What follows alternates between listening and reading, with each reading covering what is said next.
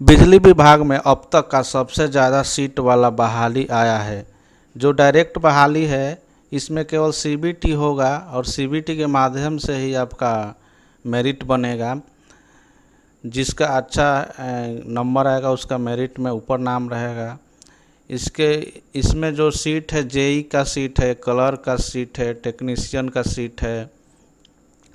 तो इसका नोटिफिकेशन कुछ शॉर्ट में दिया है, उसको हम आज देख लेते हैं। तो यह इसका फॉर्म पहले भरा गया है, लेकिन इसमें कुछ सीट बढ़ाकर और फिर से फॉर्म भरने का नया डेट आया है।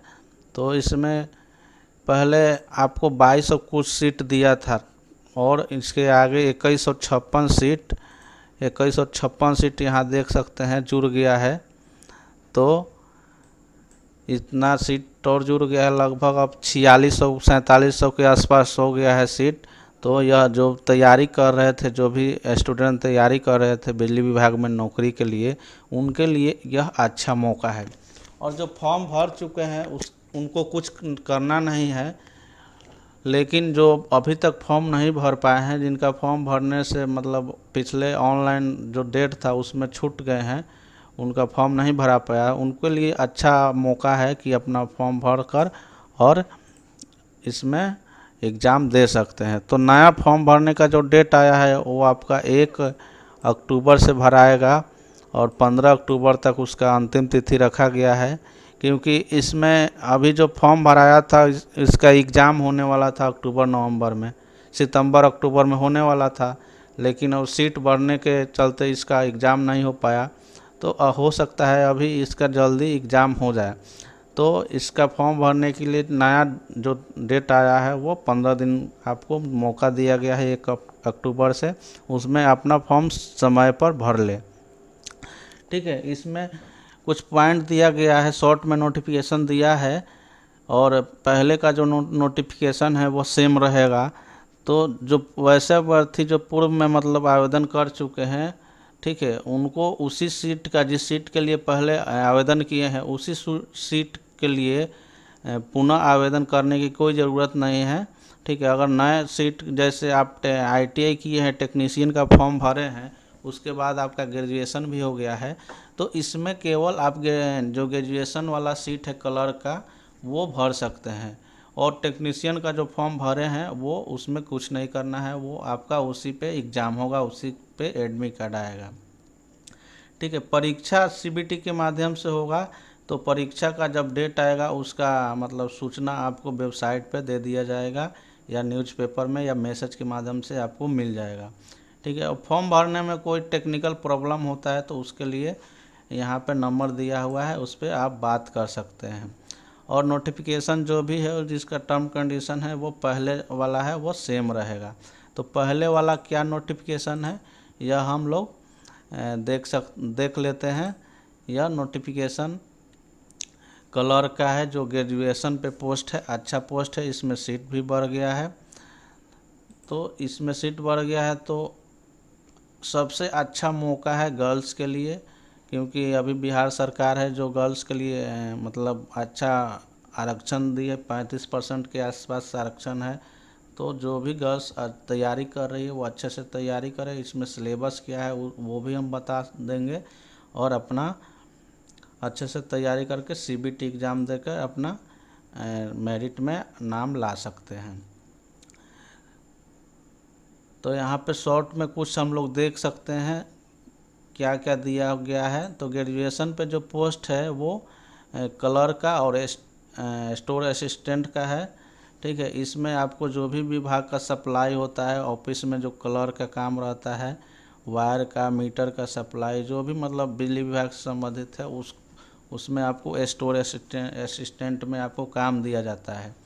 ठीक है, इसमें क्या है कि आप 1 साल आप बढ़िया से काम कीजिएगा, आपका काम अच्छा लगेगा विभाग को, तो आपको पेमेंट 1 साल के बाद लेवल 5 का जो भी पेमेंट है वो लागू कर दिया जाएगा। शुरू में आपको 9,200 से 15,500 के बीच में पेमेंट मिलेगा। ठीक है, एज क्या है इसका, जनरल के लिए मिनिमम 21 साल है और मैक्सिमम 37 साल रखा हुआ है। SC/ST के लिए 21 साल मिनिमम है और मैक्सिमम 42 साल है। EBC के लिए मिनिमम 21 है और अधिकतम जो है मैक्सिमम 40 साल है। BC के लिए 21 है और 40 है और फीमेल के लिए 21 और अधिकतम 40 है। ठीक है। और जो भी मतलब रिजर्वेशन है इसमें, वो बिहार सरकार का जो नियम है रिजर्वेशन का वो लागू होगा। ठीक है। एक एप्लीकेशन फ़ीस इसमें क्या है तो 1500 रखा गया है एप्लीकेशन फ़ी, जो सभी फॉर्म से अभी तक का जो भी बिहार का फॉर्म आता है उसमें ज़्यादा लग रहा है और ज़्यादा है। यह SC/ST के लिए 375 रुपया है, जनरल OBC EBC के लिए 1500 रखा गया है।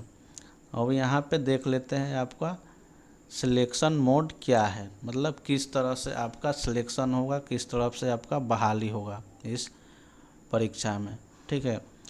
तो यहाँ पे यह एक पॉइंट दिया हुआ है कि आपका जो भी ऑनलाइन आवेदन भर रहे हैं उसका पेमेंट ऑनलाइन मोड से ही होगा, केवल ऑनलाइन मोड से ही। आप किसी भी ऑफलाइन या चालान या DD से नहीं कर सकते हैं। Online credit card, debit card या UPI से इसका पेमेंट कर सकते हैं।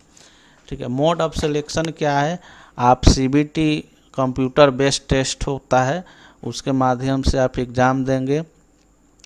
इसमें आपको नॉर्मलाइज करके स्कोर बनाया जाएगा। ठीक है।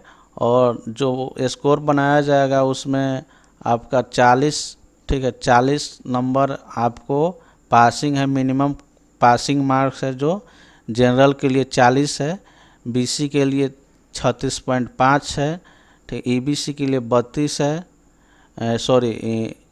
EBC के लिए 34 है और 32 SC/ST के लिए यह मिनिमम जो क्वालिफाई मार्क्स है यह है। इतने मार्क्स से आपको क्वालिफाई कर देगा, आपको मेरिट में आ जाइएगा। लेकिन इससे ऊपर सबसे ज़्यादा जिसका मार्क्स रहेगा उसका मेरिट में ऊपर नाम आएगा। ठीक है। तो आपको यह जो CBT होगा उसका मॉक डेमो भी देगा, वेबसाइट पर देगा। एग्ज़ाम के कुछ दिन पहले आपको मॉक मतलब टेस्ट देने के लिए आपको वेबसाइट पे देगा, आप वहाँ से मॉक डेमो दे सकते हैं। यहाँ से आप सिलेक्शन जो भी है सिलेक्शन का प्रोसेस देख लिए। अब आते हैं, देखिए पिछला जो डेट था अभी फॉर्म भराया है वह डेट था 1 अप्रैल 2024 से 30 अप्रैल 2024 तक दिया था। ठीक है। उसके बाद इसका जो एग्ज़ाम था, संभावित एग्ज़ाम तिथि मई जून में रखा गया था, लेकिन उस समय यह फॉर्म अप्लाई नहीं हो पाया और डेट बढ़ता गया और उसके बाद एग्ज़ाम का भी डेट बढ़ा। फॉर्म भरने का जब डेट बढ़ेगा तो एग्ज़ाम का भी डेट बढ़ेगा। ठीक है। यहाँ नीचे आकर हम सिलेबस देख लेते हैं कि इसमें हमको क्या क्या पढ़ना है। तो यहाँ पे जो क्लर्क और स्टोर असिस्टेंट के लिए सिलेबस है, यहाँ पे देख लेते हैं क्या क्या है। तो यहाँ पे देखिए GK है, मैथ है, हिंदी है, रीजनिंग है, इंग्लिश है और कंप्यूटर है। ठीक है। तो यहाँ पे जो भी सिलेबस है वो 10वीं लेवल पे, यहाँ 10th लेवल पे सिलेबस दिया हुआ है। Math, GK, GS, general, Hindi हो गया, इंग्लिश हो गया और कंप्यूटर से रिलेटेड यह क्वेश्चन आएगा आपको। तो जो भी स्टूडेंट इस विभाग में अपना जॉब करना चाहते हैं तो उनके लिए सुनहरा अवसर है। आप अच्छे से तैयारी करें, अभी से तैयारी जोरों शोरों से तैयारी पर लग जाइए और इसका एग्ज़ाम भी जल्दी होने वाला है। तो यह डायरेक्ट बहाली है, एक एग्ज़ाम दीजिए उसके बाद बहाली हो जाएगा। अगर आप बढ़िया से पढ़ते हैं तो इसमें आपका बहाली निश्चित होना ही है। वीडियो अच्छा लगे तो एक बार लाइक शेयर ज़रूर कर देना और इसी तरह के अच्छे जॉब रिक्वायरमेंट आपको मैं देता रहूँगा। जय हिंद।